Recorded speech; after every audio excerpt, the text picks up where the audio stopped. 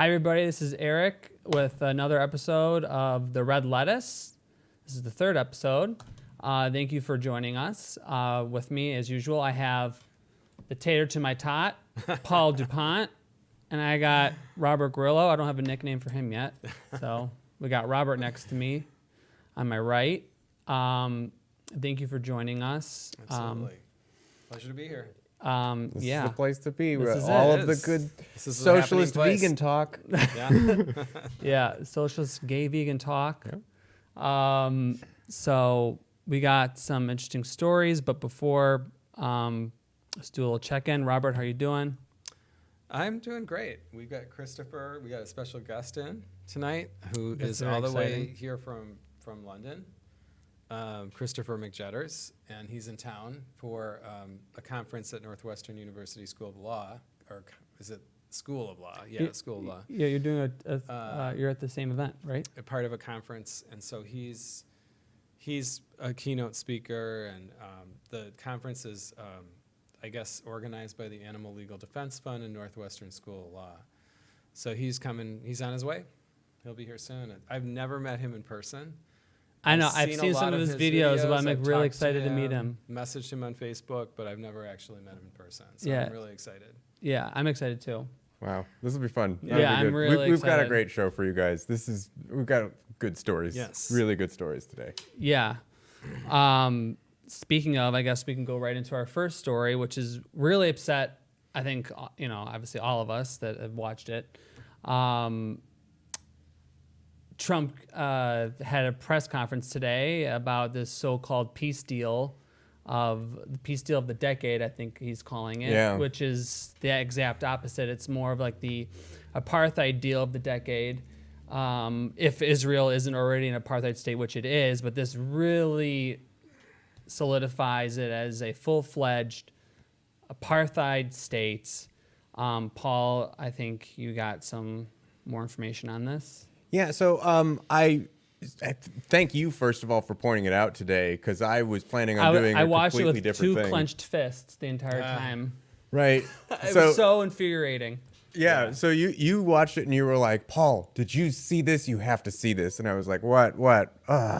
Trump and Netanyahu are doing a press conference. Mm-hmm. And so you don't have to. I sat through the hour-long press conference and listened to them basically manipulate everyone who was listening, be completely Machiavellian, gaslight everyone, and couch the entire thing in explicitly Israeli propagandistic framing.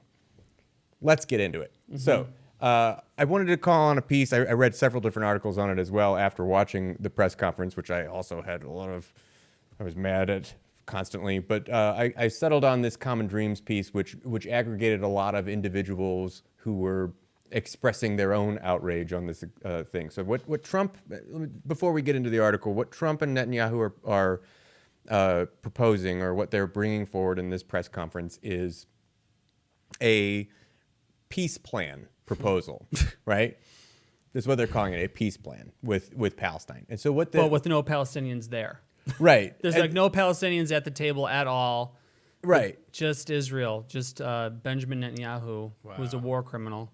Right, and so what they've done is they've kind of laid out a number of things that they say will be good for bringing peace and whatnot, and it's contingent on, negotiations. Like, there is a negotiation period, but it's like, okay, but all the preconditions for this sitting down at the negotiating table, you're setting the agenda up front and couching all of the arguments in Israeli propaganda. So, okay, this seems fair. It's maddening. There were some great quotes. This one is, this is not a peace plan, it's a war plan. So Trump-Netanyahu deal decried as shameful attack on Palestinian rights. This is a good one. Any attempt to address the Israeli-Palestinian issue that does not begin and end with the full acknowledgement of the Palestinian right to self-determination, freedom, justice, and equality is a non-starter. Right.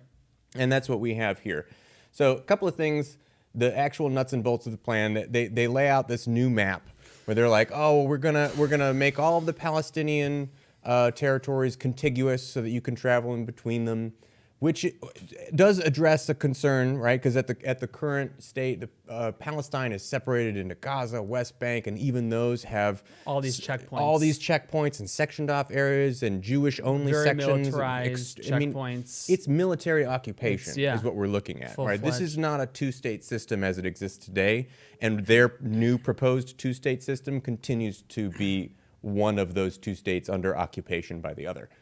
Even though this contiguous thing is there. One of the things I noticed, actually, before I get too far, that seems to contradict itself, and I haven't seen anyone address this yet, is Trump promised that he would double the amount of land that the Palestinians had, and also promised that no one would have to move. I'm like, I'm sorry, people don't live there? What are you talking about? There's uninhabited, lived-in land? Are you just find a spot in the desert somewhere? What are you talking about? That doesn't make any sense. Right. Wow. Anyway, here's some of the finer points that people have mentioned. So Jerusalem will be established as Israel's undivided capital, undermining the Palestinians' aim to recognize East Jerusalem as their capital, as it was originally set out in the 1967 borders. I mean, and that's not even originally. I mean, if we want to go back to originally, Right.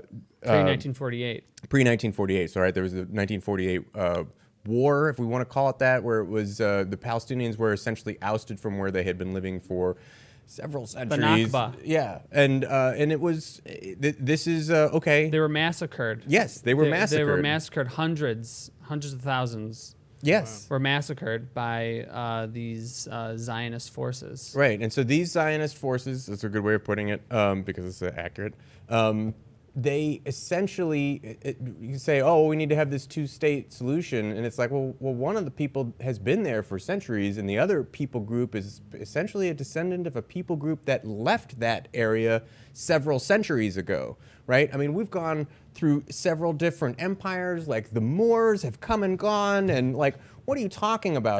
That's like saying,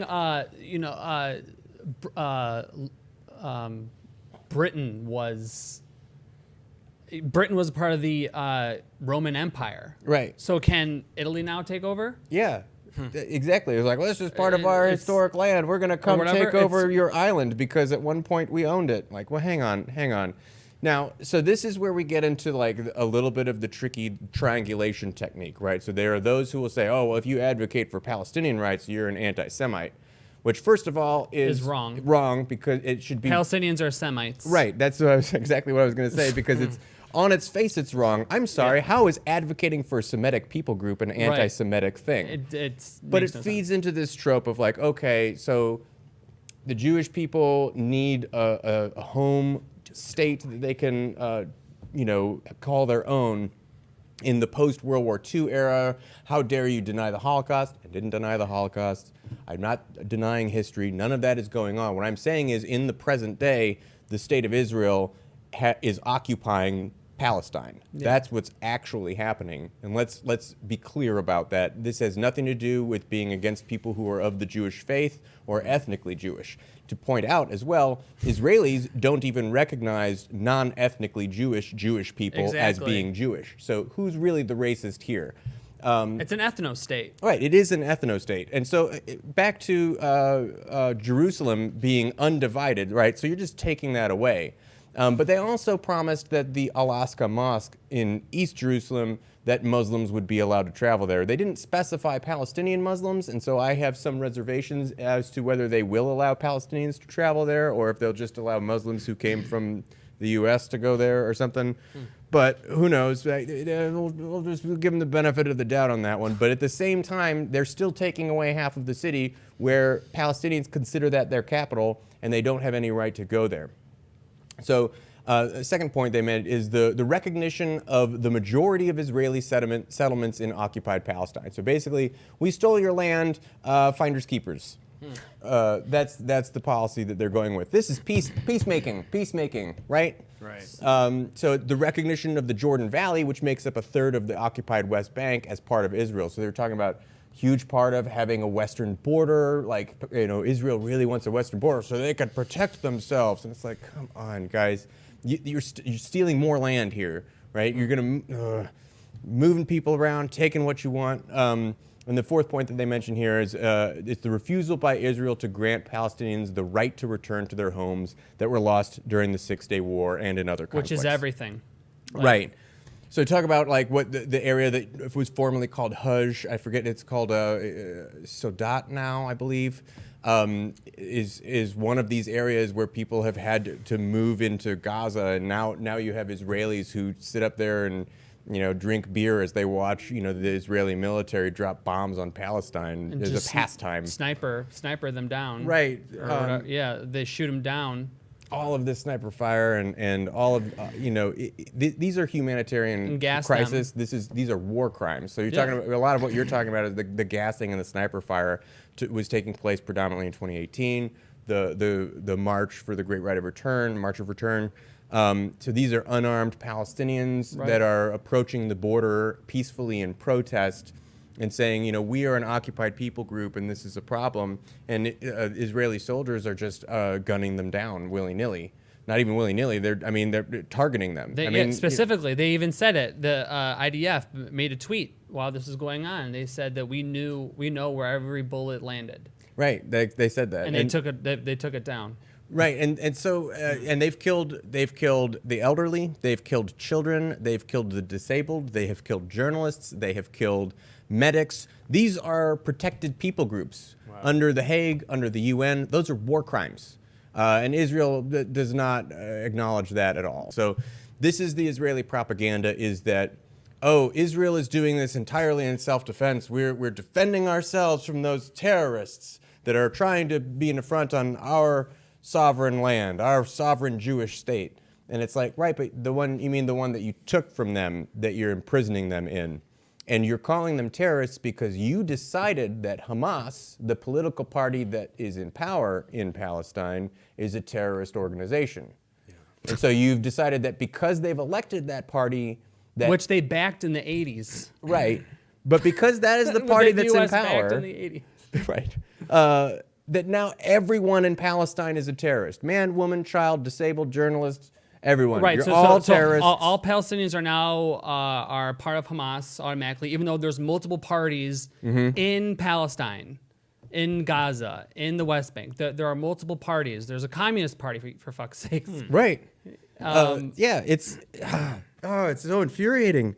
And so this is the way that they're talking about it is, okay, you're terrorists, and all of this is contingent, right? This peace negotiation that they're promising is contingent on the Palestinian people repudiating terrorism or denouncing terrorism. But it's like, okay, but terrorism it sounds like your definition, which by your definition, we're terrorists because our political party. And so we need to renounce ourselves. And so does that mean that we give up the right to even negotiate if we renounce ourselves as a people group? It's a catch-22 almost in that situation. Like there's almost no winning, and it's designed in that way.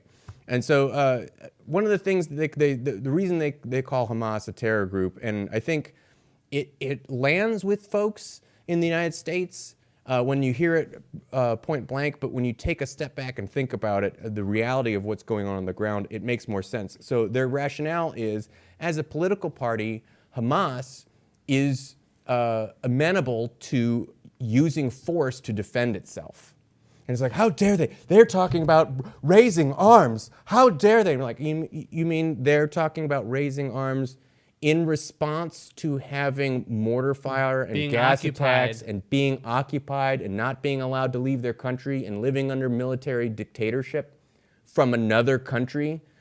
That's a thing that the UN says is a justifiable action. I'm not sitting here saying we should think that's justifiable. I'm saying international law says that is justifiable, that occupied people groups have every right to defend themselves by any means necessary. Even with arms, by any means necessary. And so you're going to say, because this political party is in favor of pushing back on their oppressors, they're terrorists. And so, okay, so now they have to repudiate terrorism, which means they can't have Hamas as a political party, which means they have to vote against them. They have to consider them. They have to repudiate themselves, and just it's so stupid. It just makes no sense. Well, the framing itself is completely wrong. We saw this throughout history. Whenever the colonizer has to deal with the colonized people, they have to label them in a certain way to dehumanize them. So we saw this with Native Americans. We saw this with enslaved black people here, and still to this day we see it. They have to be dehumanized in order to appeal to people. Like they need to dehumanize in order to justify what they're we do to doing. them. Yeah, right. I mean, we see it with animals. Yeah. People get, Palestinians have been called animal names by the people that occupy and rule that the apartheid state. We've heard those names, and we see it with all kinds of colonized people being compared to animals that we would stigmatize, that Right. we would say, Pigs, cockroaches, dogs, pigs. Yeah, cockroaches. Yeah, like in the Rwandan genocide, I think it was the Tutsis that called them the cockroaches, the ones that they wanted to completely abolish or demolish, I should say. Yeah. So I mean, it's a common tactic. Vermin was used by the Nazis to describe, the people that they felt had to be abolished. So we often animalize human groups that when we want to make them subhuman, and we want to justify what we want to do to get rid of them. Yep. Right.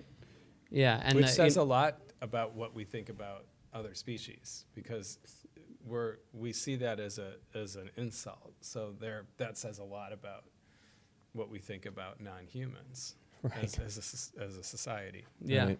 And it's cross-cultural. Yeah. A couple of other points I wanted to talk about from the press conference specifically. So first of all, I mean, Netanyahu really got under my skin, more than Trump, because Trump was just He was elated. I've never seen him like that. Yeah, Netanyahu was so happy. And so it was Disgusting. weird, was like, first he spent several times, he talked about how Trump is the best ally they've ever had in the White House, and by a long shot. And I'm like, really? Two fascist peas in a pod, I guess. Right. And so that was infuriating Obama to watch. wasn't? Yeah, I mean, what do you mean? Everybody was to you. Yeah. They always, they were committing war crimes. America's stance toward Israel has not changed in any major way at all. No, it hasn't. I mean, Trump is a lot more symbolic, and I think that's part of why it happened. And I think that it stems into his other comments that I want to point out, is that Netanyahu referred to specific geographic areas within Israel as Judea and Samaria. Those are ancient names for those geographical regions. It would be like someone talking about New York as though it was New Amsterdam, except if New Amsterdam was a 8th century old name for the town, right? Yeah. The reason that you would go about describing those areas by those biblical names is because you're trying to placate sort of the evangelical Christian right? The type of American voter who's like, yeah, we need to be on Israel's side because we need to have Israel be one nation, because then we can bring about the apocalyptic future that our particular interpretation of the book of Revelation, Zionists. the Christian Zionists, who are like, it's super weird, and Mike they never want to talk Pompeos about of it the publicly world. because their end goal is the end of the world. Right. End of times, Armageddon, Doomsday, they want the rapture. Like they think that once the Israelis and Palestinians have this big war, blood spills, and then It'll fulfill it'll this fulfill sick, the prophecy. delusional fantasy that they have. And to see a world leader speaking in the White House in a press conference and specifically sort of not dog whistling, but alluding to and placating that particularly insane part That hate Jews. Yes. They hate Jews. Right. They're want to talk anti-Semites? There were full of them in that fucking press conference. Yeah, it's so They're weird. all in there. All of this was Machiavellian. They don't think and Jews can go to gaslighting. heaven. They don't believe in that. They think Jews are lower. This is insane. Nothing about this is actually a peace conference. They call it the deal of the century. I thought that was interesting. It's the apartheid deal of this century. So this is like another Orwellian kind of little tactic of Trump. Like everything is what it's not. Right. Yeah. It's everything he frames it one way, but it's really the opposite of what he's trying to present it as. Yeah. Which is like a classic George Orwell trick, you know. Yeah. What he talked about authoritarian tactics. This is classic Orwellian stuff. Yeah. He talked early on in the press conference about like we had the best people working on this. It's such a great plan. I know. It's always it's great like- and the test. It's Who- an who's the best, like 85-page his plan. Like, well, what? Tell us brother? more about his the plan. dim-witted brother-in-law who Brother-in-law, can't even yeah. like, speak. Yeah. Who has like his investments in this. So no wonder. Right. Yeah, and so he's talking about how great this plan is. He's like, we had the best people working on it. We had some great people from here in America, some great people from Israel, and then he He's a starts creep. calling out people by name. And it's like, I didn't hear any Palestinian names. They were not there. There weren't any- there was none. It's clear. Yes, Palestine was not consulted on this at all. They were not a part of this. You set out a peace process. You've set out a negotiating table where you've set the goals and the standards and the outcome for it by only consulting one of the parties and its closest Right. friend. Eliminating the other. Yeah, it's like, hey, you and your buddy, you guys keep fighting. We need to have peace. So I'm your friend. Let's ignore you. I'm gonna talk to you. What do you think we should do? Oh, you want to tie him up on this chair? Awesome. Yeah. Then we'll have peace. Oh, That's a negotiation. Now you want the chair too? That's a Oh, peace I deal. got it. We'll murder your friend, and then there'll be peace, and you'll have the chair. Awesome. That's not peace. And that's not a negotiation, and that's not a deal. That's That's a joke. it's a Yeah. joke. That's what it is. Right? I'm really, really mad about this. I have not yet to be smeared far and wide for being an anti-Semite, but I am. You won't be. You I'm- shouldn't. I shouldn't be. As a Jew, you're Right. not. I'm telling you. So there's the other trick about that is if I'm a self-hating Jew. that's now. it. Yep. I've been called that. Yeah. There's because I'm this for a tactic- Palestinian state. Right. I'm for a singular Palestinian state, the way it fucking was.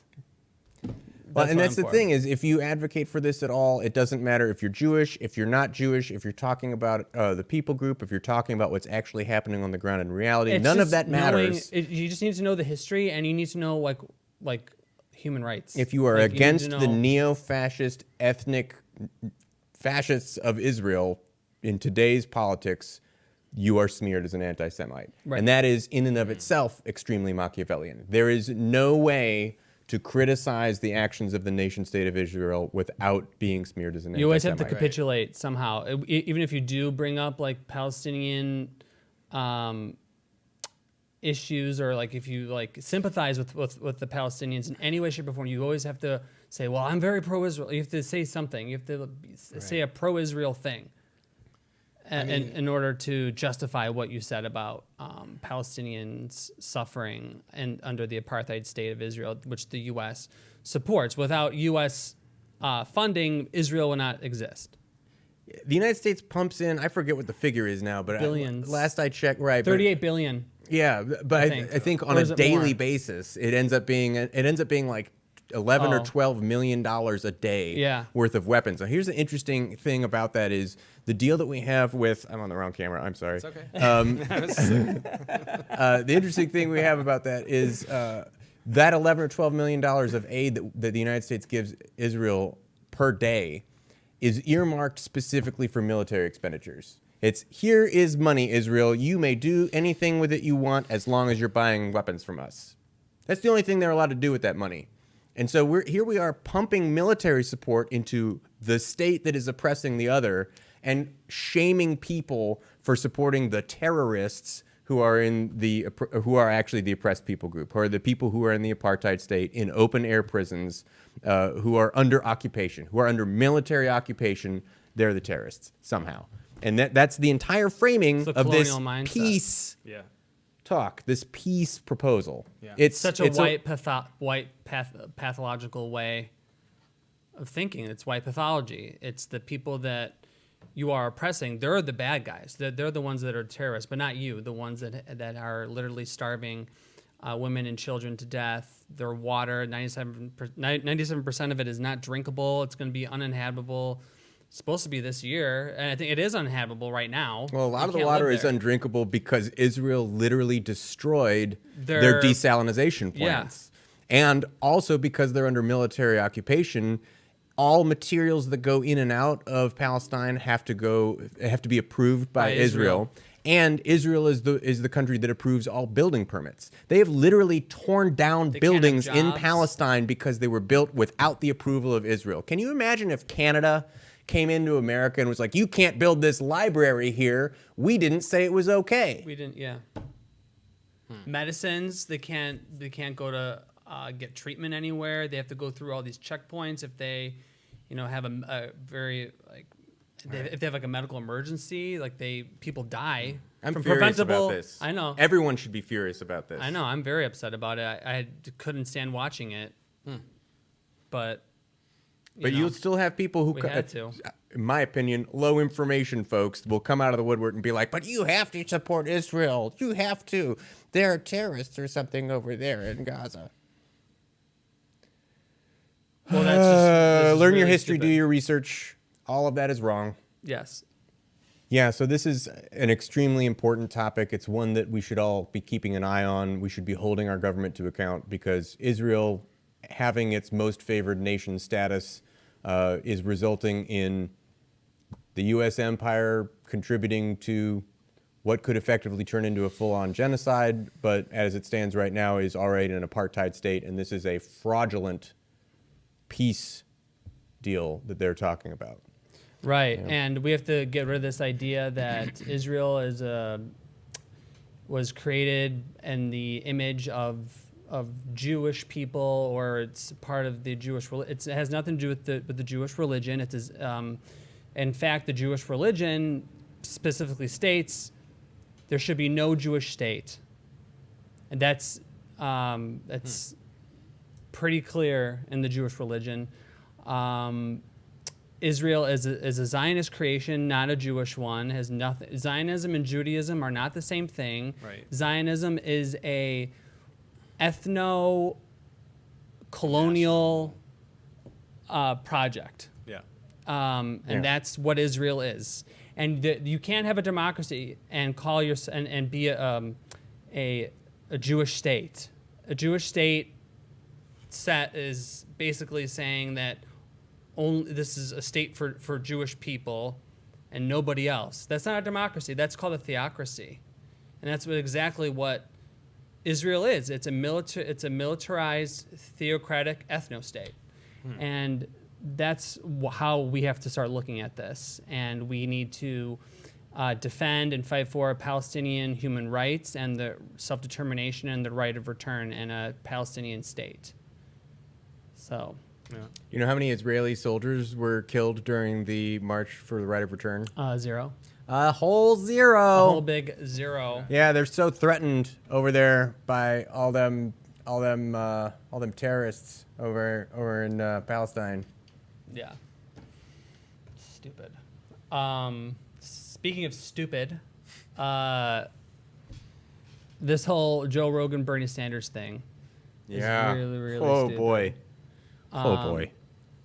I don't know if you've heard. I'm sure you've heard about Yes, it. It's hard yeah. to not. We see it all over like CNN and MSNBC and just all these political talking heads about how terrible it is and how dare Bernie accept this endorsement from a online YouTube Personality, who has like a the real mainstream journalist. Oh yeah, it's not from the New York Times, because New York Times is, never done anything wrong ever, even though they've supported every single fucking war they've ever come across. Right. So I don't know. I think that's pretty bad. I wouldn't want the New York Times endorsing me if I was a political candidate running for the presidency. But I think this is a circus. This is just a big circus to try to take down Bernie Sanders and his campaign, because of course he's surging in the polls, especially in Iowa and New Hampshire. So this is just another way to try to take down his numbers, which hasn't been working. So, I mean, I have my disagreements with Joe Rogan. I think he has said some things that I definitely do not agree with, and I don't like at all. Like, he's said some anti-trans things. He has a lot of anti-vegan stances. He has some other problematic views as well on other issues. He's said some racist things in the past. There's a lot of people that have said these things. I don't know. Maybe someone who might be worse than Joe Rogan might be, I don't know, Henry Kissinger. But I don't know. That's just my take. I don't know.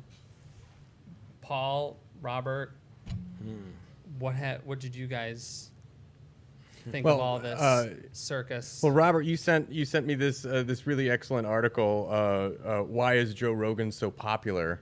That was in the Atlantic. Right. That's an interesting one. What was your take on that? I don't know. I mean, I didn't even get through the whole thing, but the guy was just trying to understand. Like, he didn't mean it derogatorily. I think he was really truly trying to understand why why he's like one of the most popular YouTube personalities with such a huge following and so many viewers and all. And I think what he came to is that, he kind of represents the everyday person, but he also does stuff that most men don't do, like go bow hunting for his whatever animal products he consumes. And so into his turmeric coffee. Yeah, and yet, like, the average guy admires that because they think that's really cool. So he does shit that is like way, not. And you have to be licensed to do that.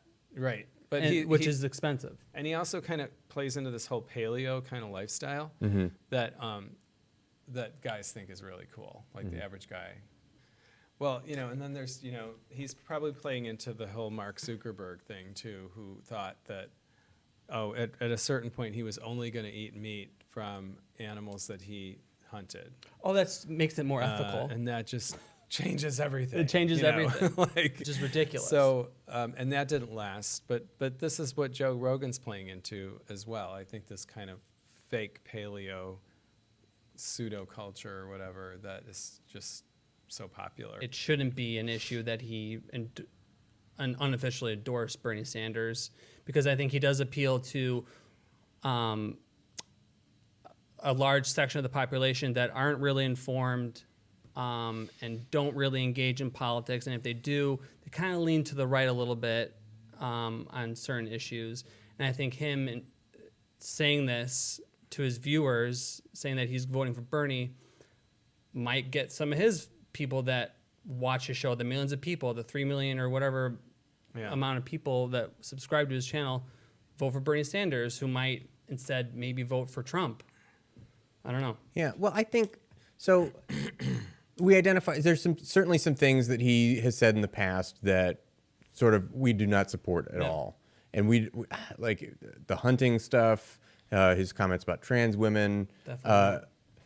Ultimately, though, at the end of the day, he's popular because he sort of has this everyman type persona. I think you already correctly identified. He has this sort of paleo, like almost very bro kind of something that particularly a lot of more conservative leaning young men would really look up to. But one of the things I always think about is he goes at his interviews. He has this very conversational style with interviews, and he goes at him very open-minded. He'll have people on who are very far right, very far left, talk about this topic, talk about that topic. We just talked about this Trump Netanyahu press conference. He's had Abby Martin on the show and talked at length with her about her views. He's had Jimmy Dore He's on. non-judgmental. He's extremely authentic, and it comes across. And he's open-minded, and he hears people out for what their position is. So whatever your political leanings, whatever things you have strong opinions about, you can find Joe Rogan interviewing someone and maybe even agreeing with someone on something that you don't like. But end of the day, he has a massive following, like massive. He's one of the largest, if not the largest, sort of podcast channel in America. People listen to him. And the outrage that came out when he said, so first of all, it wasn't even like an official endorsement. It was Barry Weiss who asked him who he intended to vote for. First of all, if you don't know who Barry Weiss is, she's a terrible person. She's an opinion columnist for the New York Times who is... she's a Zionist. She's an uber Zionist. She's and disgusting. Yeah, not one of my favorite Talk about individuals. a nasty woman. Right. But he was very honest because he said before, he really likes Tulsi Gabbard, but, end of the day, he thinks he's going to vote for Bernie Sanders, which is not like I'm making an official endorsement here. It's a conversational thing. It's an honest, regular thing that he's doing. But hang on one second. Yeah. To extrapolate that as though, it's a full endorsement, and look, Bernie posted a video of it, and you better take this down. That's straight fake outrage. Yeah. None of that is real. None of those people actually care that, Joe Rogan said mean things about stuff that I disagree with. Nobody cares about that. It is explicitly designed as a smear tactic against Bernie Sanders. It's designed to generate outrage amongst folks who probably don't even really know who Joe Rogan is. Yeah. And I think Jimmy Dore put it really well. He talks about this as sort of a boy who cried wolf situation, right? The more you say, be outraged about this person who likes Bernie Sanders, be outraged about this person that Bernie Sanders is going to accept the endorsement of, eventually people are going to look into it and be like, that's not really that, it's not Charlie Manson we're talking about here. It's a guy that is honest and talks about political perspectives and social perspectives and maybe holds points of view that maybe you don't like, but he's not malicious in any of it. So it's really, the whole thing is nonsense. Right. Yeah. I'll say this, Joe Rogan has all the resources in the world. He should know that there are multiple genders, and gender is not the same as sexuality. I think, he has a guy that fact checks him, Googles his shit, and I think, they should know by now there's more than one gender. And he still kind of is in this, there's a binary. Yeah. He's still kinda stuck in that mindset. Yeah. There's guys and girls. Yeah. That's it. He's kind of stuck in that. He's still stuck in that, and that's something he really needs to really get out of. Well, the other thing that I thought was kind of funny, now this is a little bit off topic, but it's about Rogan. Mm-hmm. So Veganuary has gotten really big, right? So apparently Rogan announced in response to the Veganuary thing, which is, like to promote veganism all over the world, he had a world carnivore month. And I know it was tongue in cheek. I mean, I know he was just doing what he does because he likes to create that kind of thing. But he also is really playing into that modern Paleolithic thing that people just eat up today. Yeah, because it's still like, I can still be bad and eat like this meat that tastes so good. Right. I don't have to give up my pleasure, my sensory pleasures. Like that's what it's about. It's like that's why the keto thing is so appealing. I could eat fat. It's all I want. Yeah. All I have to do is get rid of carbs because carbs are the enemy. That's what had been instilled in my mind forever. So it's like and it's an appeal to nature. Like it's an appeal to our ancestry that we think that we can somehow tap into, and that'll make us more authentic and real people. And it doesn't, because we're not living in that. Like you said, we're not living in a hunter and gatherer society. Far from it. We're about as far removed from the natural world as could be. Yeah. So it's kind of a cruel joke. It is.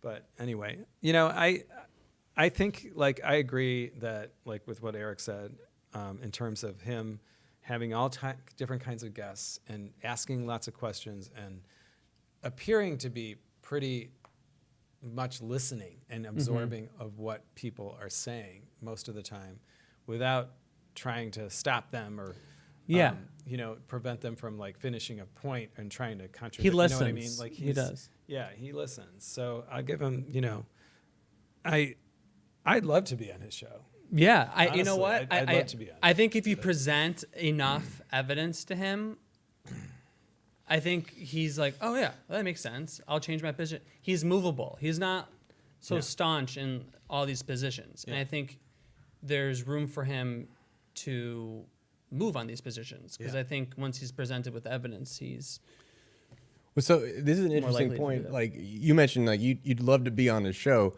Joe Biden would love to be on his show. Oh, Amy sure. Klobuchar would love to be on his show. Yeah. And in fact, in the very episode where he said he would vote for Bernie Sanders, he mentioned that other campaigns have reached out to him and he's told them to piss off because he Right. didn't want to have Joe Yeah. Biden on his show. And he's basically like, Amy Klobuchar, you have given me no reason to take any interest in you at fucking all. terrible. You don't come on my show. Yeah. And that's the reality of it. Is your corporatist, centrist, establishment-minded, democratic, Neoliberals. cohorts are just pissed that they can't be on the show. can't be on his show, Yeah. and so Yeah. they're going to smear him for it. And Bernie could, because Yeah. he gave Bernie a chance. But that's interesting. Yeah. definitely. So the fact that they won't be like their outrage falls on deaf ears because it's like Yeah. you want to be on his show and you also want to shame Bernie Sanders for him saying he was going to vote for you. That you can't have it both ways. yeah. You just can't. Right. But yeah, I think we should move on to the next story. Robert, Yeah. speaking of actual outrage, not fake outrage, this is actually Real outrage. This is real outrage. Real outrageous stuff happening.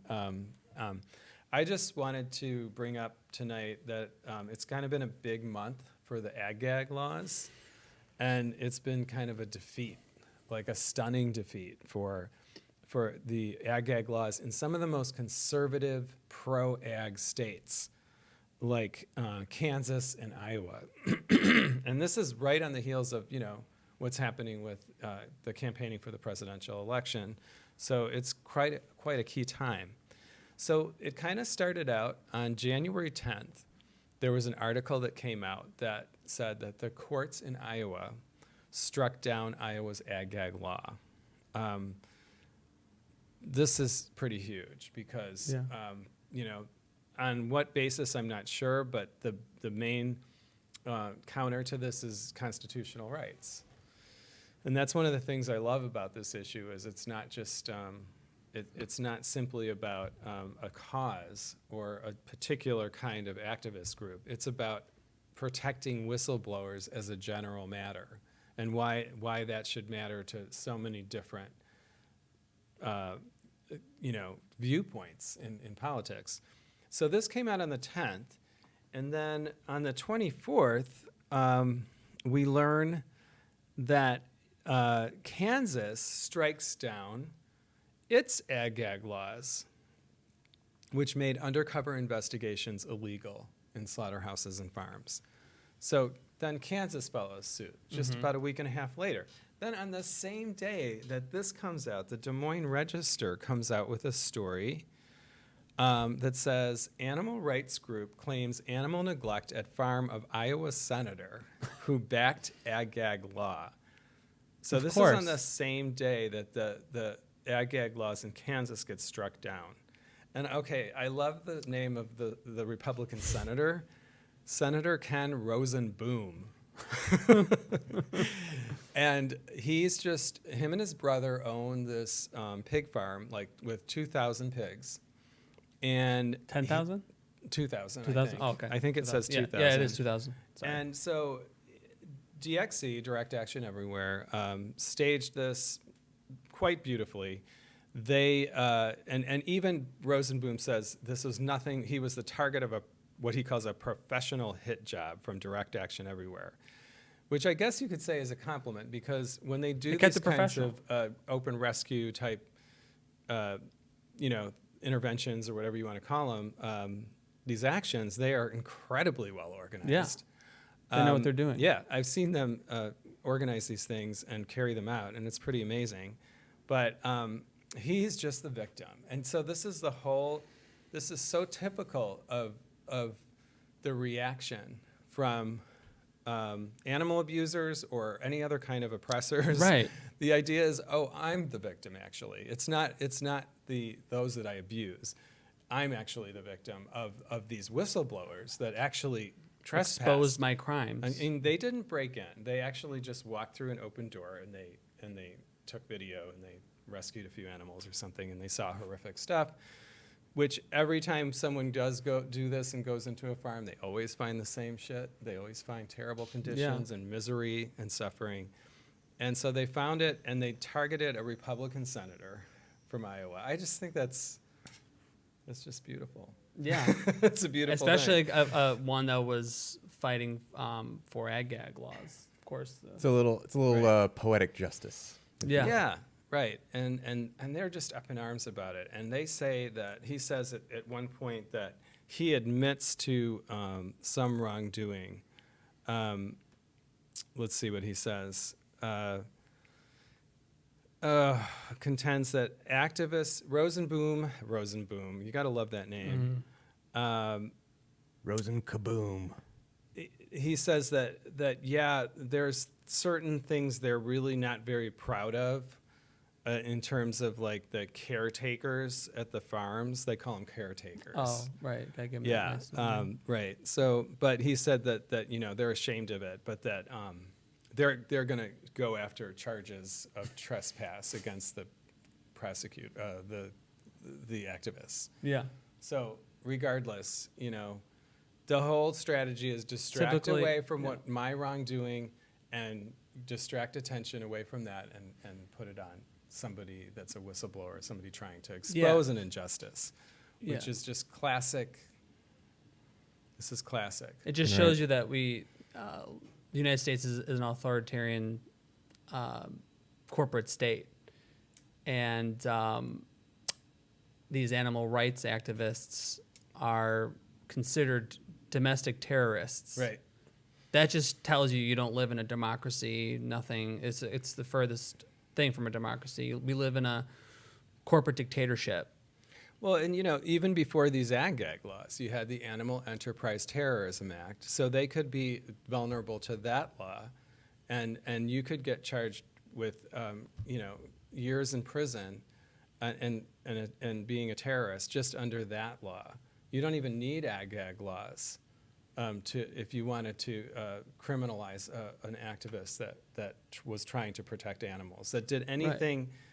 Right. The law is so broad. It says that if you do anything to obstruct or damage the business, any economic profitability damage, profitability, that you could be tried on this Animal Enterprise Terrorism Act. Yeah. So it's really broad. It's the bulk of the laws in our country are designed to protect established capital owners, right? That's how so much of this works, and I just think it can't go without more mention that the striking down of these ag-gag laws in Iowa and Kansas is really a major victory for animal rights activists everywhere. Yeah, and constitutional rights. I mean, just as a general matter, it's a victory for whistleblowers and for constitutional rights. And I think everybody realizes that, which is why these ag-gag laws had so much opposition from the very beginning, right? So, yeah. Let's hope it comes back and ends up helping Chelsea Manning in some way. Hopefully. Yeah. Right. Hopefully, and So, yeah, we'll see how this develops. Yeah. Yeah. Well, that's it. That's our stories for tonight.